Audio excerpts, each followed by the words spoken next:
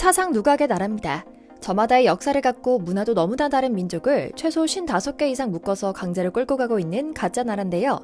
그렇다 보니 하나의 중국이라는 자기들만의 원칙으로 동북공정 등 역사 왜곡을 일삼고 자연스레 일부 소수민족들은 분리독립운동을 펼치고 있기도 한데요. 놀랍게도 이와 관련한 두 가지 소식이 전해지며 중국이 흔들리고 있다고 합니다. 안 그래도 미국에게 때려맞고 경제가 박살난 시진핑의 공산당이 민심을 잃어가며 기반이 약해져 있는 상황이었는데요. 발해 유적이 발견됐음에도 쉬쉬하며 조선족의 역사, 즉 한민족의 역사를 중국 역사의 일부로 인식하며 동북부 영토를 유지하려는 모습이죠. 뿐만 아닙니다. 스스로를 고구려의 후손으로 인지하고 분리독립운동을 전개하려는 묘족 또한 중국에겐 골칫거리라고 하는데요. 이들이 중국식이 아닌 한국식 민속놀이를 하면서 한국 설날을 새기 때문이라고도 하죠. 그래서인지 시진핑도 설날에는 매년 꼭 묘족이 거주하는 지역은 친히 방문해 민심 잡기에 노력하고 있다고 하는데요. 베이징의 한족들에게는 이게 그렇게 안 이굽고 위기감을 주나 봅니다. 그래서 오늘은 한민족의 뿌리와 관련한 중국 내 소수민족들의 역사와 이들의 독립 움직임에 대한 이야기를 전해드리려고 합니다. 잠시 저희 광화문 브리핑 구독 설정도 부탁드리고요. 최근 유난히 한국과 한국 문화에 대한 중국의 열등감이 드러나는 사건이 많아지는 것 같습니다.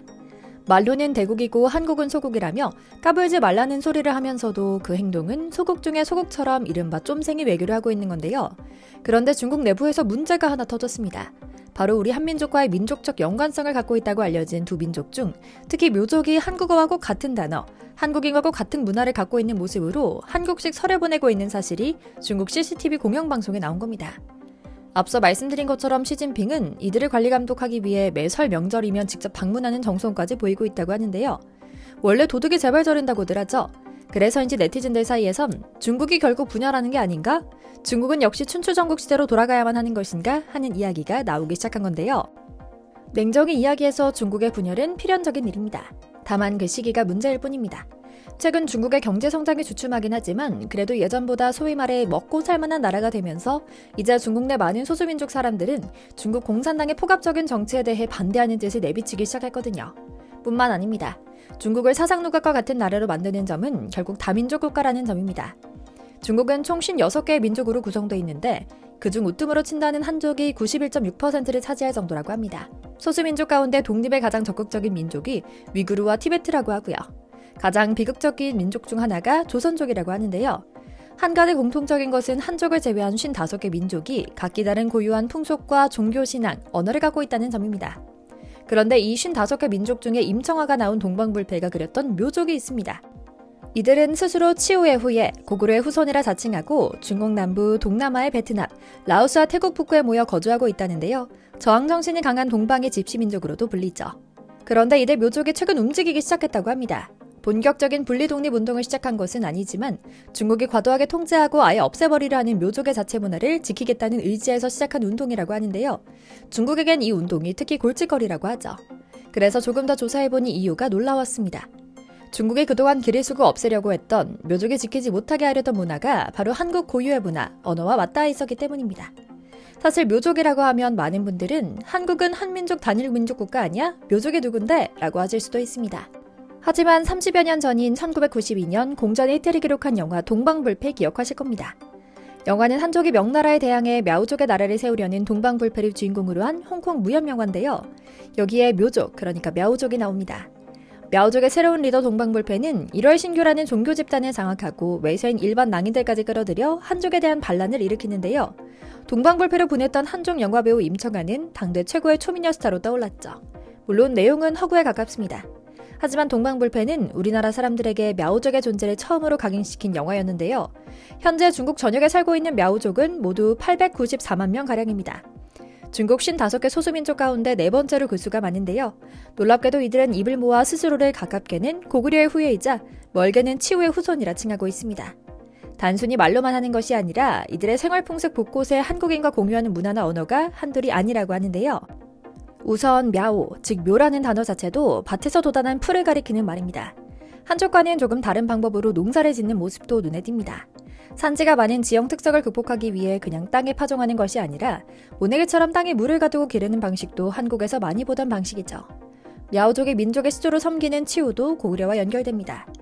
우리나라 몇몇 사학자들도 치우를 우리 민족의 선조로 생각하기도 하죠. 물론 мя오족은 오랜 세월 중국에서 남만 오랑캐로 지내며 중국의 끈질긴 융화 시도로 한족의 호적에 편입되고 한족의 성씨를 사용하며 많은 부분에서 한민족의 색채를 잃어버리긴 했습니다. 하지만 мя오족은 청나라 말기에도 구이저우, 윈난 등지에서 재차 대규모 반란을 일으켜 민주정권을 무너뜨리는 단초를 제공했을 정도로 쉽사리 고개 숙이지 않는 민족이기도 합니다. 뿐만 아닙니다.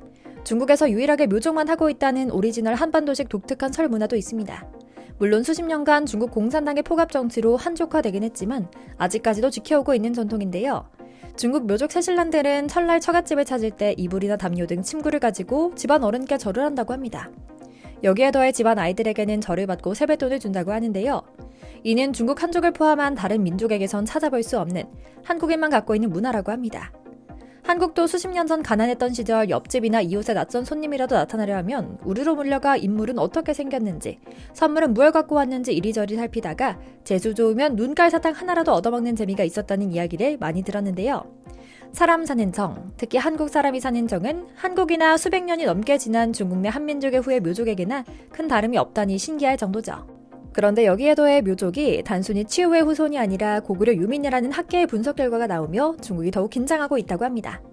김인희 연구원이 지난 10여 년간 중국 남부 지역을 현지 답사한 결과를 총정리한 저서에 담긴 주장인데요.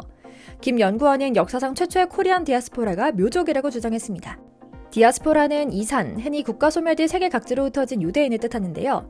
지금까지 코리안 디아스포라는 제일교포나 중앙아시아의 고려인 등을 지칭했지만 김 연구원은 이번에 새로운 학설을 제시한 겁니다. 이에 그녀는 자신의 주장은 부당서, 신당서, 자치통감 등 중국적 기록에 근거를 두고 있기에 근거 없는 학설이 아니라고 말합니다. 문헌 기록만으로는 확신하기 어려워 전통 문화를 비교한 연구 결과도 흥미롭습니다. 형이 죽으면 동생이 형수와 결혼하는 형사취수 문화, 장례 전에 집안에 시신을 모셔두는 풍습, 동명환 시다처럼 아시아 동북부의 대표적 설화인 난생 신화를 가지고 있다는 점 등 다양한 근거를 들고 있는데요. 또한 결정적으로 묘족은 자신들의 조상이 말하는 역사를 옷의 그림으로 남겨뒀다고 합니다. 상당히 원시적인 방법이지만 구전된 이야기는 왜곡이 있고 전승이 멈출 수도 있는 반면 그림으로 남겨뒀을 때 정확히 그 의미가 전달된다는 장점이 있는데요. 이들은 여자 주름치마의 2개의 강을, 뒤편에는 큰 성을 그려두는데요. 구전 설화에 따르면 이들은 추운 곳에서 적에게 패해 노란 물과 맑은 물을 건너 남쪽으로 왔다고 하죠. 학자들은 이를 황하와 장강을 가리킨다고 하고요. 그런데 놀랍게도 김 연구원은 한국 역사상 최초의 이 디아스포라가 아직 끝나지 않았다고 말합니다.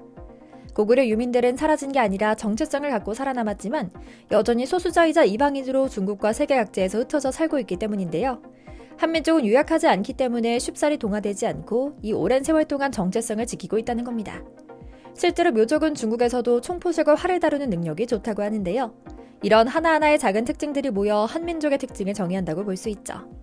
그렇기 때문에 묘족의 존재는 중국에게 굳이 꺼내고 싶지 않지만 현실적으로 존재하는 문제인 겁니다. 중국이 고구려를 자꾸만 중국사에 포함시키려는 동북공정의 주요 목적 중 하나고요. 이런 한민족의 뿌리를 공유하는 묘족이 요즘 조금씩 움직이며 칼을 갈기 시작했다고 하니 중국이 긴장하지 않을 수가 없는 것이죠.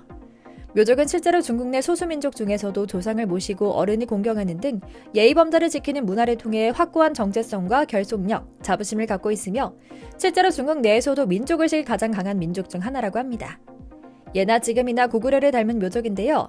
호주의 인류학자 게디스 역시 세계 역사상 수많은 고난을 겪으면서도 끝까지 굴복하지 않은 2개의 민족이 유대인과 묘족이다라고 평가할 정도였죠.